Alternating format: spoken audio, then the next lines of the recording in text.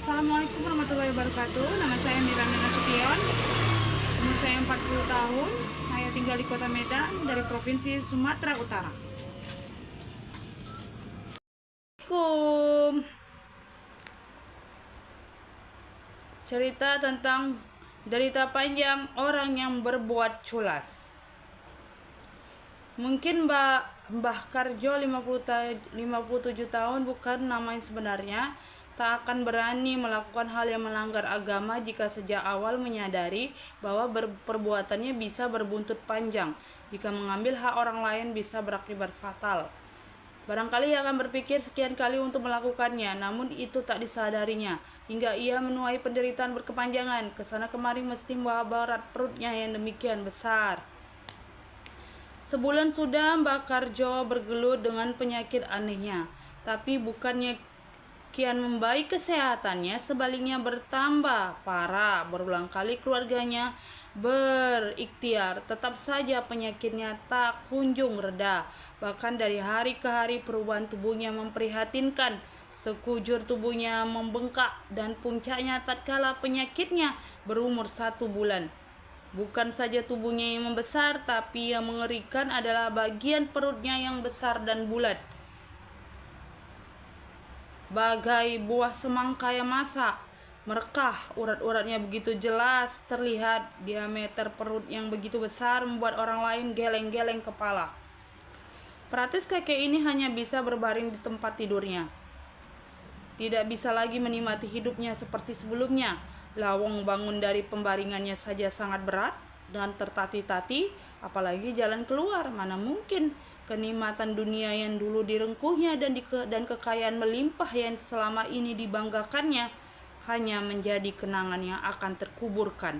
Semakin ia memikirkannya, semakin menyesakkan dadanya. Sampai akhirnya semuanya sirna dalam pandangan matanya. Mbak Karjo pun tutup usia.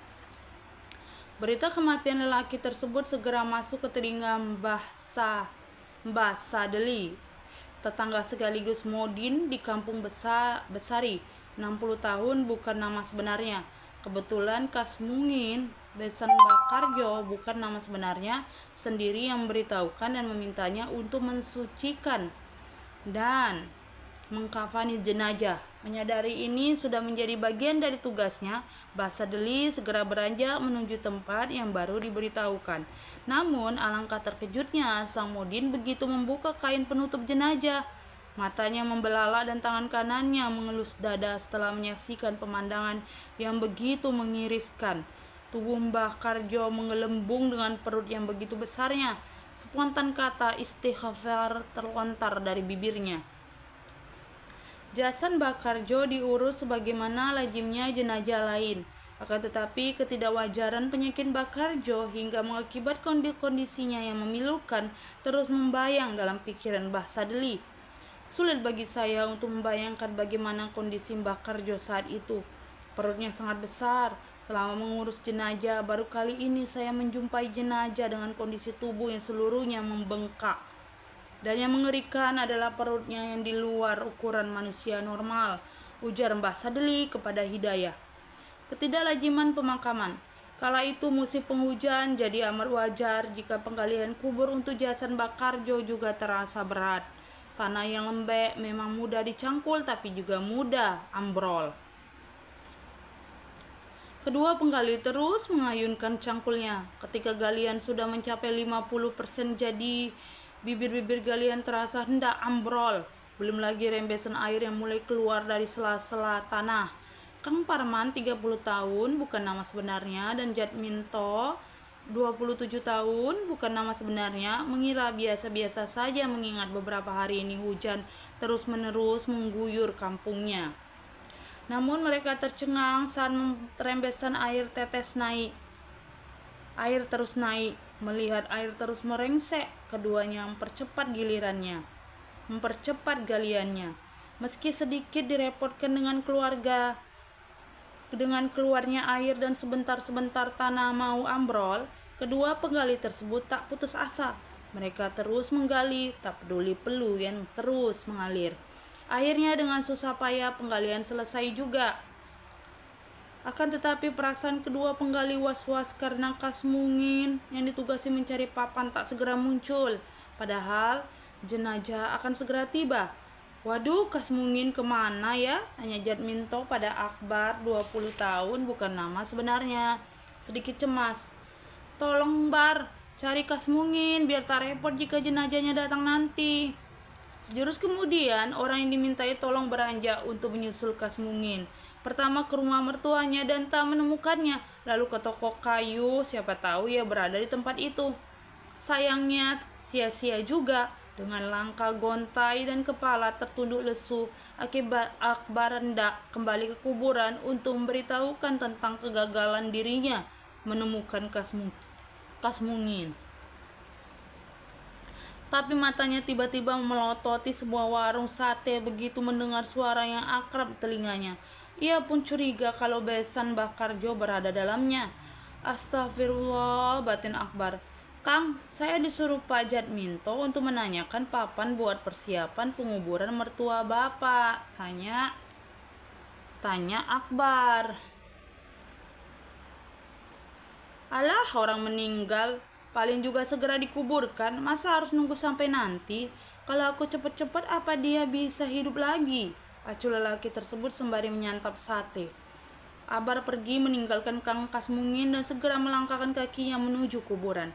Sampai di sana ia menceritakan yang sebenarnya. Karena apa yang mereka tunggu belum membuahkan hasil, mereka berinisiatif menebang batang pohon Kamboja yang diperolehnya dari sekitar kuburan tersebut. Keduanya menambatkannya di pinggir-pinggir lubang untuk menahan tanah agar tidak gampang ambrol. Sementara itu, rembesan air tanah juga surut, malah kian merangkak naik hingga di atas pusar mereka. Kedua penggali berusaha sekuat tenaga mengurasnya dengan ember.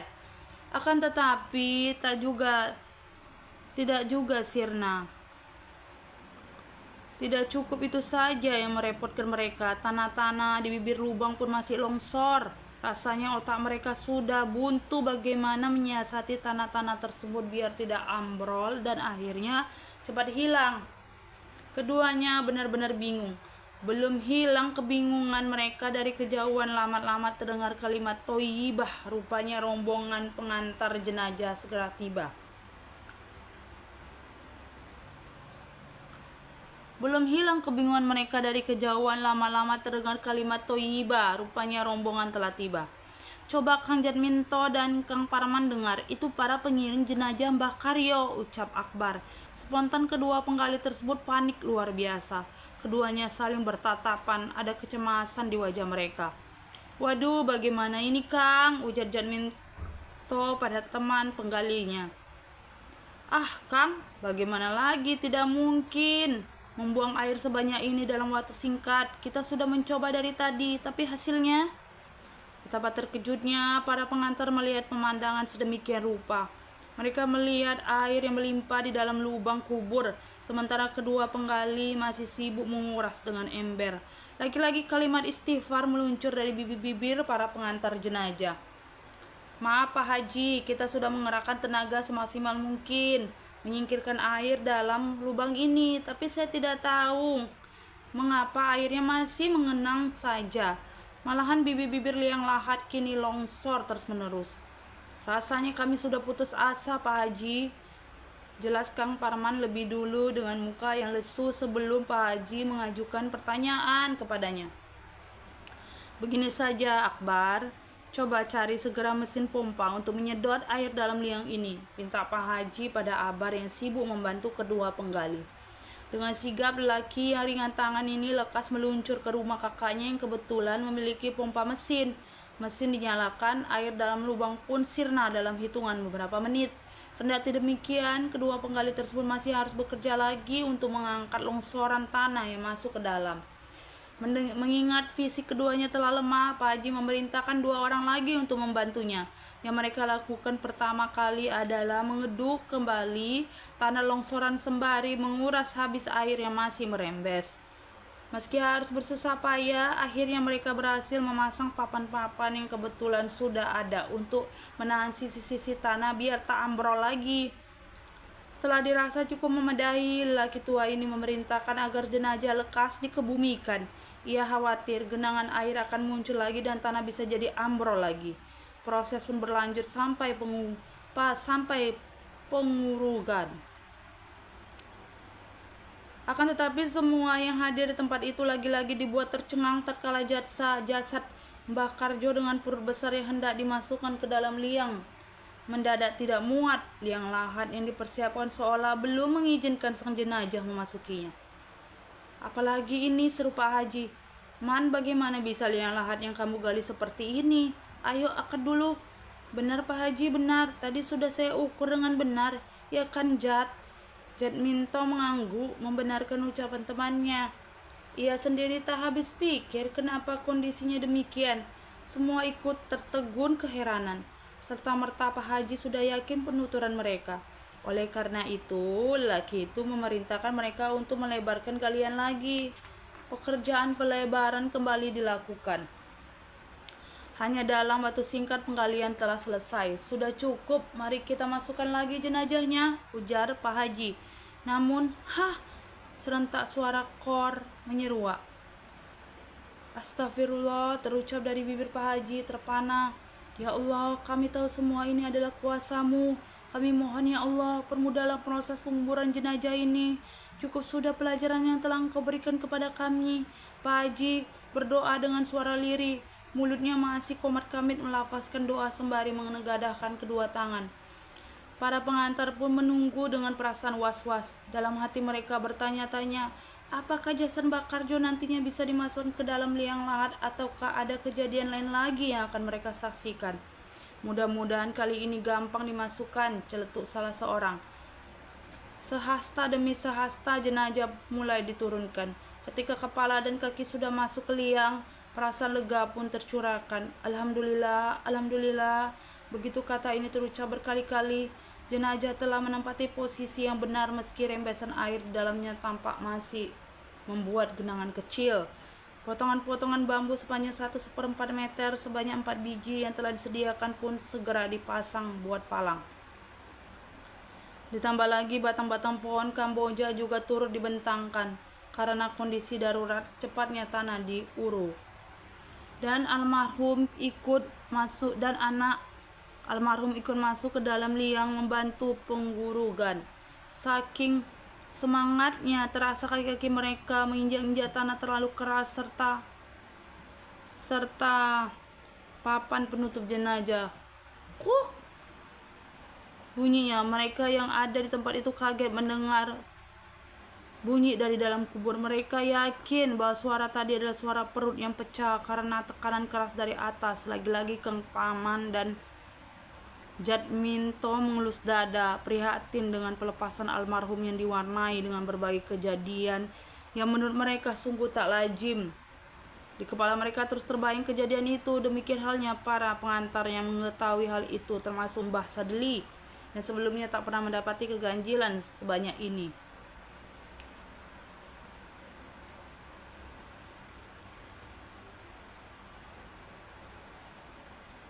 Peristiwa yang boleh dibilang langka ini tentu saja menyita perhatian banyak orang. Masyarakat tampaknya sudah bisa membaca gelagat bahwa runtutan keganjilan itu terjadi berkaitan dengan perilaku Mbah Karjo semasa hidupnya.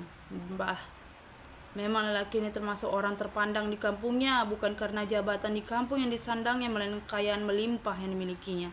Lahan tambaknya cukup luas. Saat panen udang windu atau bandeng tiba, keuntungan yang dapat pun berlipat. Anehnya tak secuil pun dari hasil panen itu dibagi kepada para pekerja yang membantunya.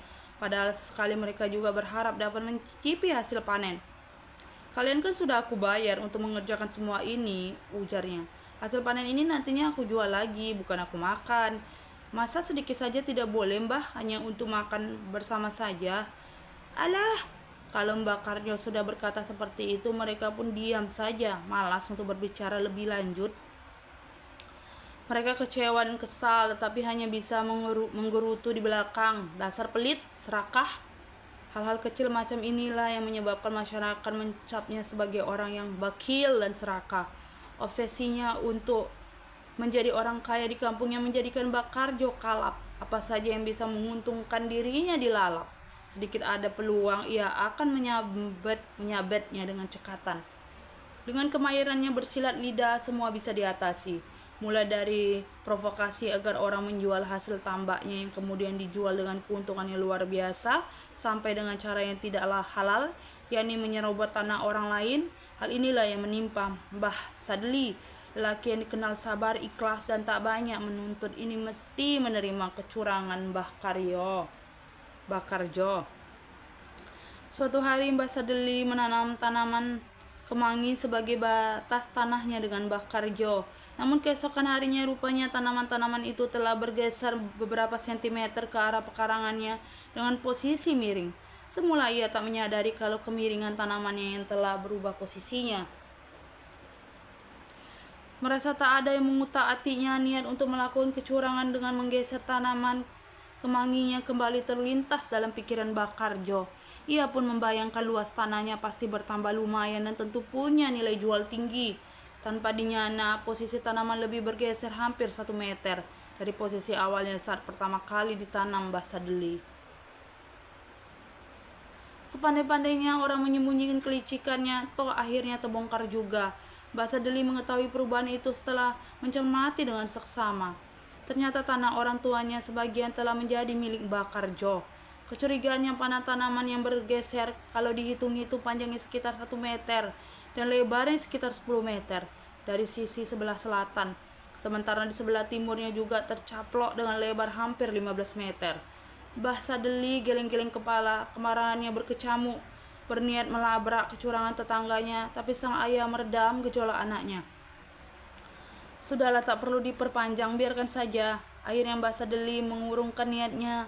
Ia heran kenapa masih ada orang seperti itu padahal kekayaannya sudah melimpah, namun masih saja merasa kurang hingga cara tidak halal pun dilakoninya.